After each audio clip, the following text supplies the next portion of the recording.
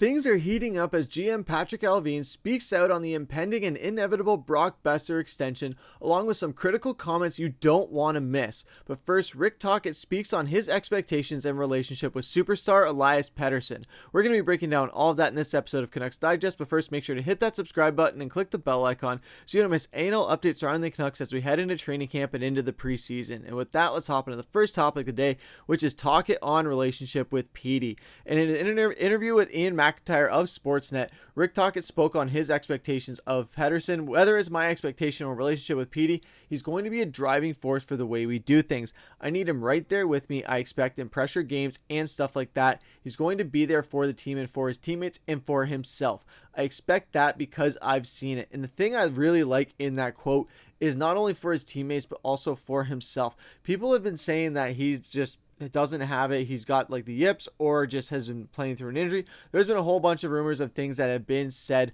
about Elias Pettersson from this past season, whether he was dealing with whatever he was dealing with. But again, he is wanting to prove it to himself, and Tocchet instilling this belief in him does go a long way of just putting that back into Petey and just making sure that he has the right tools to succeed. Looking at last season, he still had a pretty solid year, 89 points, 55 assists, 34 goals across all 82 games. Yes, it wasn't the 100 points he got in the season beforehand. However, it still was a fairly productive season, and he still was a contributor, not so much in the playoffs, but I think he is poised for a potential bounce back season in that aspect, especially when looking at the pieces that they put around him. According to the forward projections by Daily Faceoff, you see there where he has Jake DeBrusk and Daniel Sprong on either side of him, the new acquisitions, in order to hopefully jumpstart him a bit more. Maybe they swap out Jake DeBrusk with Niels Höglander on the first and the second line. That might be an interesting combo or swap to see happen from game to game, just to see if those two can get mesh better or differently with JC Miller and Elias Pettersson, to see what they can do to each other's game and add to it as well. And then you also have Brock Boeser and Daniel Sprong as well. Those guys are no schmucks as well on their respective lines.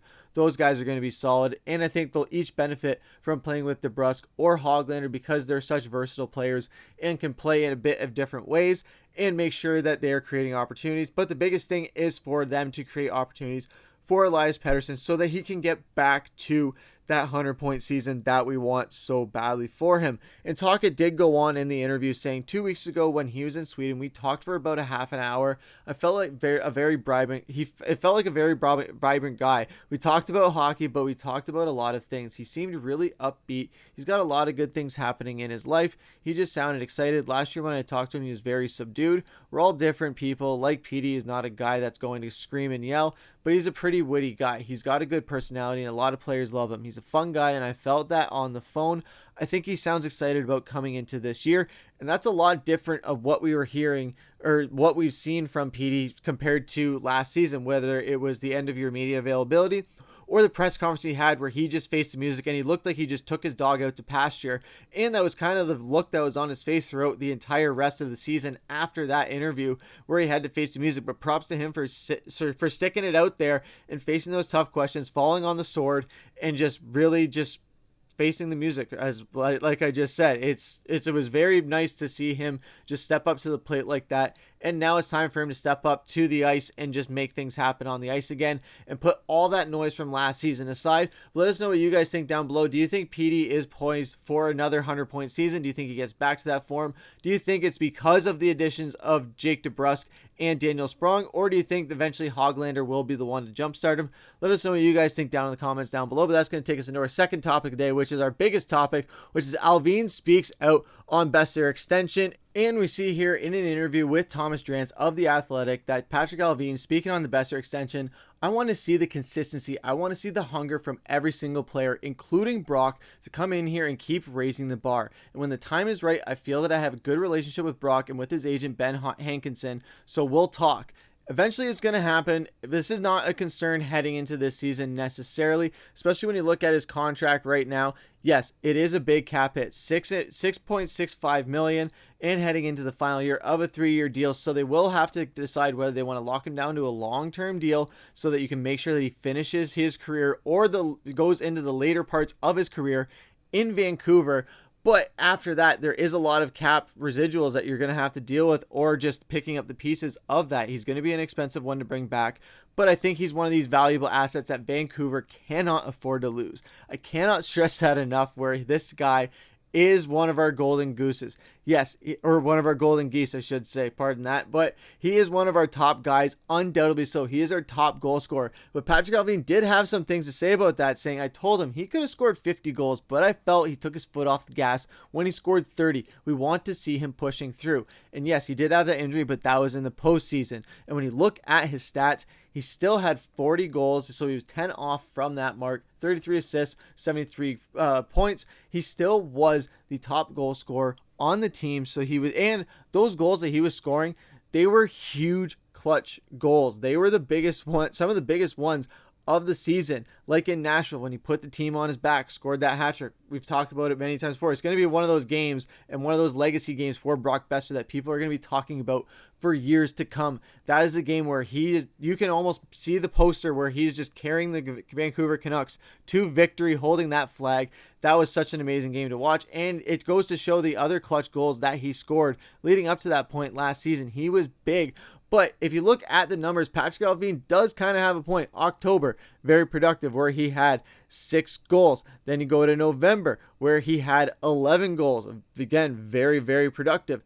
Then you look into December. That's where he got 7 goals. Very, very good. Again, he was having a great season. Then you look into January, where he got to this, where he had 6 goals, and that's when he got to the 30 goal mark. So when we look at his season past that 30 goal mark, you look February, 5 goals. You look, and then you go into March, where he had 3 goals.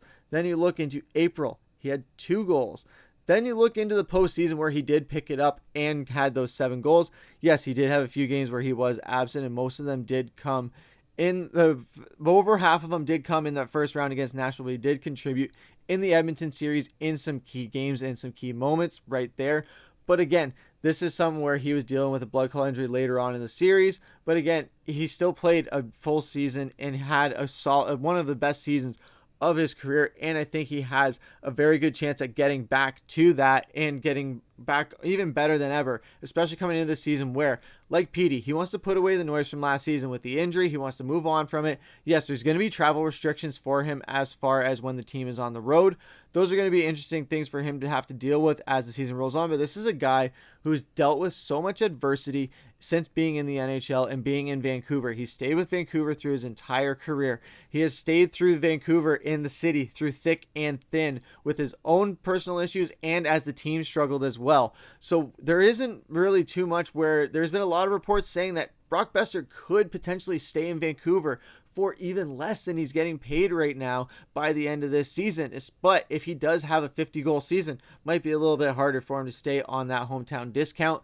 But again, if he doesn't, maybe that is a case where they can bring him in, they can make him on a cheaper deal just to keep him in Vancouver and make sure he is one of those valuable assets where even if he doesn't score 50 goals, maybe he scores 40, 45, or even 35. As long as those goals are coming in key moments and in big games, it doesn't matter. Those are the ones that are most important. That's what we want to see from Brock Boeser. He is one of the guys who is going to lead this team to a Stanley Cup one day. He is one of the members of this core 4 with Quinn Hughes, JT Miller, and Elias Pettersson. So having 2 of those core 4 guys coming into this season, and the other third of which coming off of a Norris Trophy, the fourth of which coming off of a 100-point season, and these 2 coming off of a season where they want to put the noise behind them. Petey coming off of the personal struggles.